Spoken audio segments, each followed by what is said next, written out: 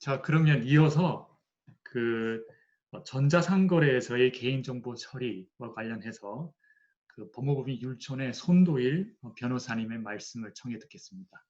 예, 안녕하세요. 율촌의 손도일 변호사입니다. 그러면 저도 화면 공유를 시작한 다음에 그 다음에 설명을 드리도록 하겠습니다. 네, 잘 보이시죠? 네. 먼저 이렇게 다이그에 참가를 축하드리고요. 이렇게 좋은 기회에 참가도에 이런 글을 쓸 기회를 주셔서 감사드립니다. 일단 제가 간단히 설명을 드리면 오늘 제가 설명드려야 될 건 딱 장표 이거 한 장입니다. 이 장표의 내용은 잠시 제가 여기로 이동을 해서 설명을 드리도록 하겠습니다. 네. 지금 현재 코비드 사태가 있고요. 그다음에 데이터 3법이 개정되어서 지금 전자상거래의 경우에는 굉장히 폭발적으로 개인정보 처리가 증가하고 있습니다. 그래서 이 전자상거래에 있어서의 개인정보 처리가 굉장히 중요한 상황인데요. 이 범위를 어떻게 설정해야 될 것인가에 대해서 제가 굉장히 많은 고민을 했습니다. 그래서 여러 번 그 편집진과도 토론을 해서 이것을 범위와 깊이를 맞춘 것인데 그래도 미흡한 점이 있을 것입니다. 그 부분에 대해서는 좀 양해를 먼저 부탁을 드리고요. 일단 적용 법령은 그 개인정보보호법에서의 제6장 소정의 특례 규정이 일단 우선적으로 적용되는 것이고요. 그 다음에 이제 신용정보법도 전자상거래 기업들이 신용정보를 다루는 한 적용이 됩니다. 다만 일반 상거래 기업에 대해서는 보호위원회가 그 상거래 정보보호 규정이라고 하는 규정들에 따라서 감독권을 행사하는 부분들에 대해서는 특별 규정이 신용정보법에 있고요. 그래서 사실 이 신용정보법과 개인정보법, 그래서 신용정보법을 일반 전자상거래 기업들 또는 오프라인 기업들에 대해서 어느 정도로 적용해야 될 것인가에 관해서는 사실은 굉장히 그 자체로도 몇 시간을 가야 되는 얘기지만 그냥 그 정도에 관해서 잠깐 다룬 바 있다. 그냥 그 정도로 소개를 드리고요. 그 다음에 라이프 사이클에 관해서도 이제 개인 전자상거래 기업의 라이프 사이클에 관해서도 굉장히 많은 분량이 할애가 되어 있습니다. 그래서 이 부분도 제가 좀 고민을 했던 부분인데요. 어쨌든 전자상거래 기업에 적용되는 특례 규정을 중심으로 해서 예를 들어서 동의에 관한 동의를 기반으로 하는 수집, 그 다음에 이용, 합리적 관련성, 그 다음에 제3자 제공에 있어서 특히 전자상거래 기업에 있어서는 이 특례 규정이 우선 적용되기 때문에 해외에 위수탁할 경우에도 이제 원칙적으로는 동의를 받지만 고지를 하게 되면은 필요가 없는 과거의 망법과의 차이 이런 부분에 대해서 설명을 드렸고요. 그 외에도 이제 가명정보, 익명정보, 보관, 파기, 정보보호에 관한 전반적인 부분에 대해서 설명을 드렸습니다. 그리고 이제 2부라고 할 수 있는데요. 전자상거래와 개인정보 관련한 몇 가지 쟁점들이 있는 부분들이 있습니다. 이제 전자상거래는 당연히 전자금융거래를 수반하게 되고요.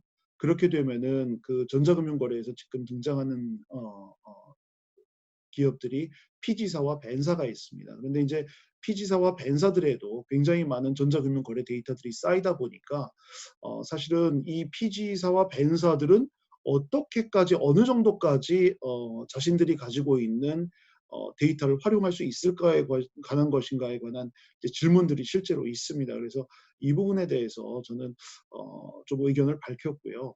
왜냐하면 특히 이제 벤사 같은 경우에는 수탁사의 역할을 하고 있고 기본적으로 기업들과 그 신용카드사들과 또는 가맹점들 사이에서 계약 관계를 통해서 그 데이터를 완전히 활용하는데 제한이 있는 규정들도 있습니다. 그래서 그 부분에 있는 제한이 있을 것 같고요.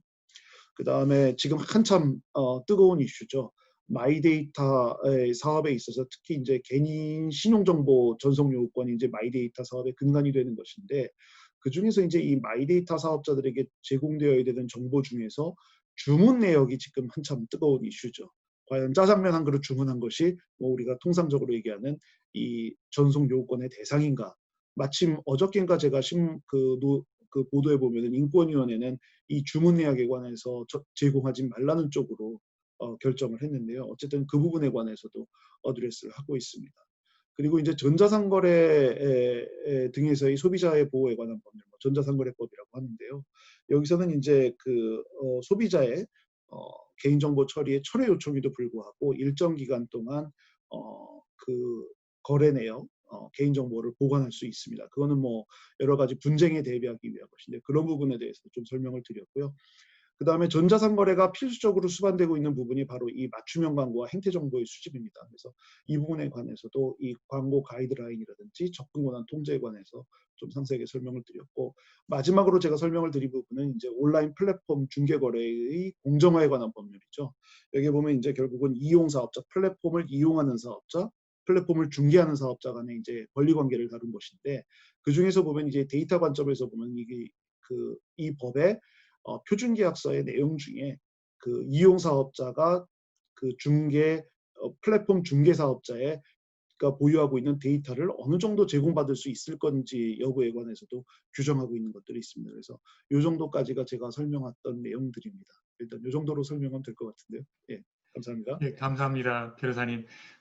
그냥 궁금한 거 하나만 좀 여쭤보면요. 그 네, 마지막으로 말씀하셨던 그 온라인 플랫폼 중개거래 공정화에 관한 법률에서 네, 이제 표준계약 기재 사항으로 데이터 제공 여부, 플랫폼이 네, 입장 업체에 대한 네, 뭐 이런 것들이 쭉 들어갈 거라고 얘기하는데, 네, 사실은 그게 굉장히 베리에이션이 많아야 되는, 어떻게 보면, 내용이고 경우에 맞습니다. 따라서 많이 달라질 것 같은데, 이게 네, 표준 계약을 이렇게 이제 설정을 하게 되면 음. 이제 실무가 입장에서 생각하실 때 이게 그런 식으로 좀 이 베리에이션이 좀 많아질까요? 아니면 그냥 표준 계약으로 좀 이렇게 모아질 것 같은 내용이나 그 거래 행태가 그렇게 좀 예상을 하시나요? 저는 이게 이제 결국은 이게 공정거래위원회에서 추진하는 거지 않습니까? 그래서 결국은 그 데이터의 균등한 보유, 뭐 이런 쪽에 중점을 두시는 것 같아요. 근데 이거를 한참 만들 때 제가 조금 관여할 기회가 있어서 좀 얘기를 들어본 바에 의하면 그 데이터의 이 표준계약서 내용의 굉장히 구체적인 부분까지는 터치를 하는 거에 대해서는 좀 여러 가지 이견이 있을 수 있기 때문에 그런 항목을 두어야 된다는 정도까지 나온 것까지는 제가 알겠는데, 그 이후에 논의가 더 발전해 가지고 여기에 구체적으로 뭐 주어야 한다 아니면은 뭐 줄 수 있다 정도로 끝날 건지 그 부분에 대해서는 좀 논란이 있을 것 같습니다. 근데 실무가의 관점에서 보면 이거는 아주 불공정한 틀로 가지 않는다면 결국은 협상의 틀에 맡겨야 되는 거 아닐까. 너무 표준계약서가 일반화되는 거에 대해서는 사실은 좀 우려가 있습니다.